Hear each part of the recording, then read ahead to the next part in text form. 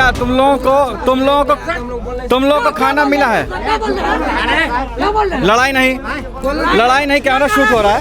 लड़ाई नहीं, झूठ बोल रहे हैं। हाँ बताओ, एक मिनट। ये बोल रहे हैं, गार्ड साहब बोल रहे हैं, झूठ बोल रहे हैं। क्या झूठ बोल रहे हैं? सच्चा बात बोलेंगे झूठ हो जाएंगे। शासन की तरफ से खाना मिलता है कि नहीं? तरफ से नहीं मिलता है। हम लोग जितना मजदूर आदमी है ना, हम लोग को निकाल दिया जाए बस यहीं। अगर नहीं निकाल सकेगा तो कानून तोड़ देंगे हम। मतलब सर 3 तारीख तक हम लोग देख प्रधानमंत्री का पालन कर रहा हूँ। 3 तारीख के बाद हम लोग सर पैदल चले जाएंगे। बस कितने लोग हो तुम लोग यहाँ? 500 है।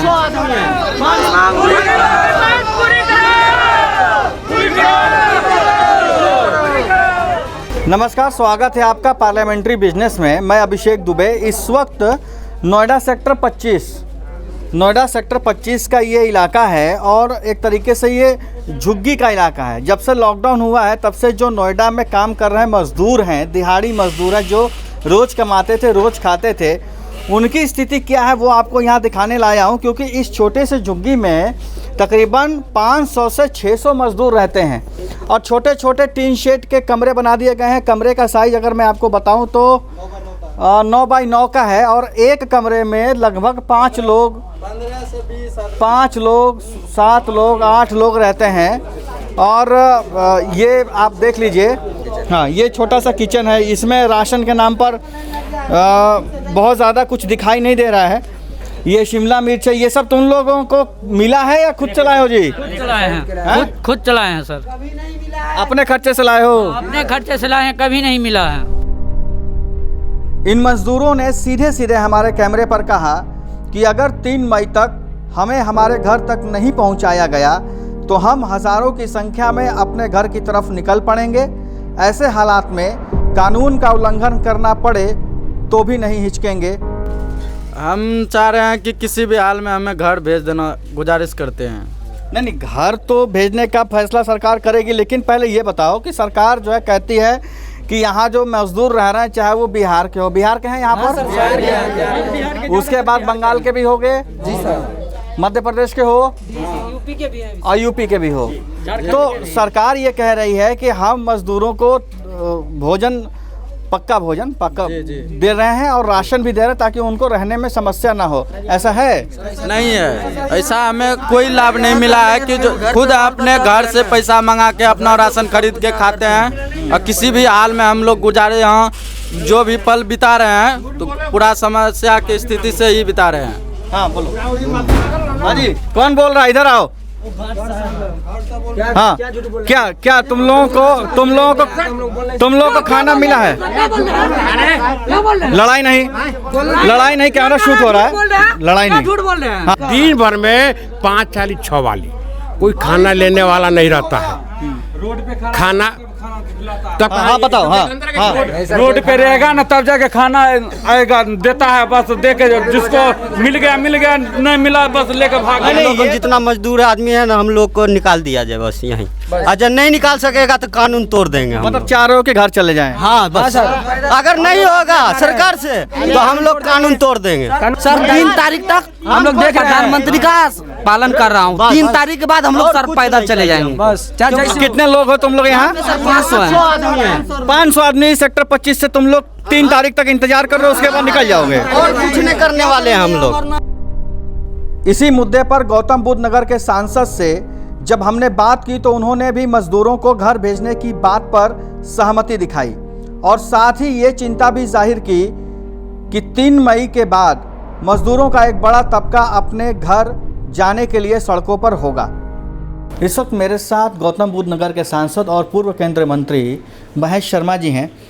सर, आप डॉक्टर भी हैं प्रोफेशन से और गौतम बुद्ध नगर में, नोएडा में सबसे ज़्यादा केसेस बढ़ रहे हैं और नोएडा को सील कर दिया गया है कि दिल्ली का कोई व्यक्ति आ नहीं सकता, नोएडा कोई व्यक्ति जा नहीं सकता।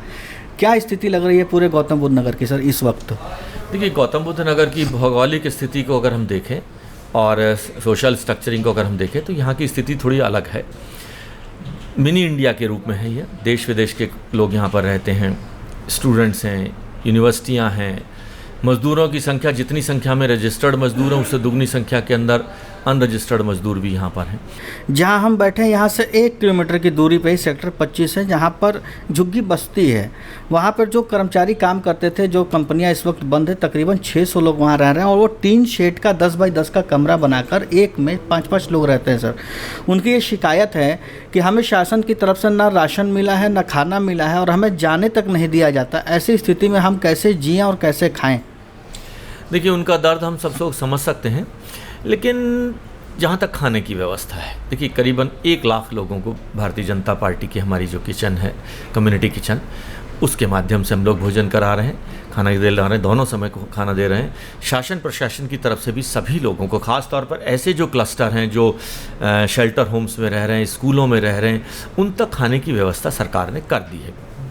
सर, फिर भी मैं आपसे थोड़ा सा जोर इसलिए भी दे रहा हूँ कि उनका ये कहना है कि जो ठेकेदार हैं हमारे, वो हमें खाना तक नहीं देते और 600 लोग हैं। सर, उनका ये सीधा सीधा हमारे कैमरे पे धमकी उन्होंने दिया है कि अगर 3 तारीख तक लॉकडाउन है तब तक हम संभले हुए हैं, 3 के बाद कानून टूटे या जो भी हो, हम नोएडा से बाहर जाएंगे और स्थिति संभालना मुश्किल हो जाएगा, क्योंकि एक बार में 600 से 1000 लोग निकलेंगे।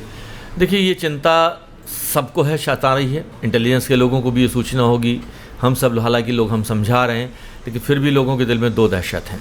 एक तो ये था कि हम जाएं, दूसरा ये है कि जो जाएंगे वो लौट के कब आएंगे। ये दोनों चिंताएं वाजिब हैं। अगर वो लौट के नहीं आए तो जो उद्योग खुलेंगे 3 तारीख से, वो उनको कौन चलाएगा? वहाँ पर लेकर कर्मचारी कहाँ से मिलेंगे? और अगर ये जाने से अगर ये रोक पाए हम इनको, तो बड़ी कामयाबी होगी। लेकिन मैं समझता हूँ 2-2, 3-3 महीनों से अपने घर से दूर हैं, तो एक बार इनके दिल में उबाल सा आ रहा है कि हम अपने घर किसी तरह पहुँच जाएं। और मैं समझता हूँ इस विषय पर सरकार कोई ना कोई सकारात्मक कदम उठाएगी, ताकि इनकी तकलीफ़ें भी कम हो, इनके दिल का जो भाव है कि हम चले जाएं। और ये चिंता डेफिनेटली जब आपके पास है तो इंटेलिजेंस के पास भी होगी। योगी सरकार तक सर आप इनका प्रस्ताव भेजेंगे कि इनको भेजा जाए बसों से? देखिए, मैं बिल्कुल ये कहूँगा कि या तो इनको उस दिन तक अगर ये घर जाना चाहते हैं तो इन्हें घर भी भेजा जाए, वरना इनके काम को लगाने के लिए तैयारियां हमें करनी चाहिए।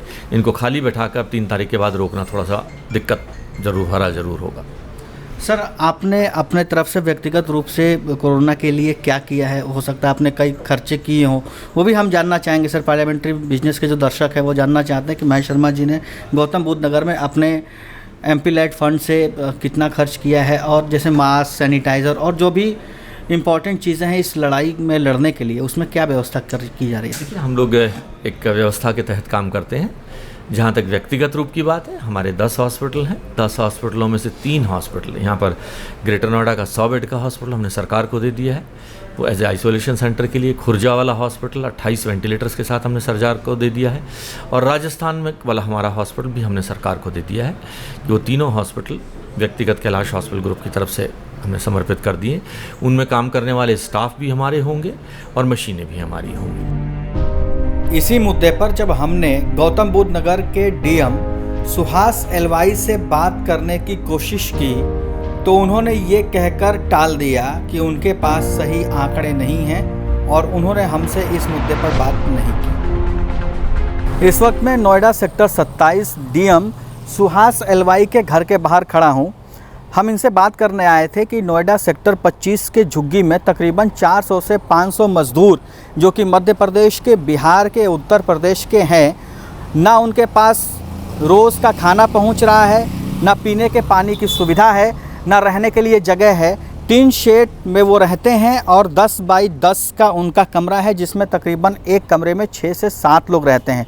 उनकी हमसे ये शिकायत थी और उनका ये भी कहना था कि 3 तारीख को अगर लॉकडाउन बढ़ता है और लॉकडाउन से पहले अगर हमें हमारे जगहों तक नहीं पहुंचाने की व्यवस्था शासन या प्रशासन के द्वारा की गई तो हम 500 की 600 की संख्या में 3 तारीख की रात को या 4 तारीख की सुबह निकल जाएंगे। नोएडा से कैमरामैन प्रदीप रावत के साथ अभिषेक दुबे, पार्लियामेंट्री बिजनेस।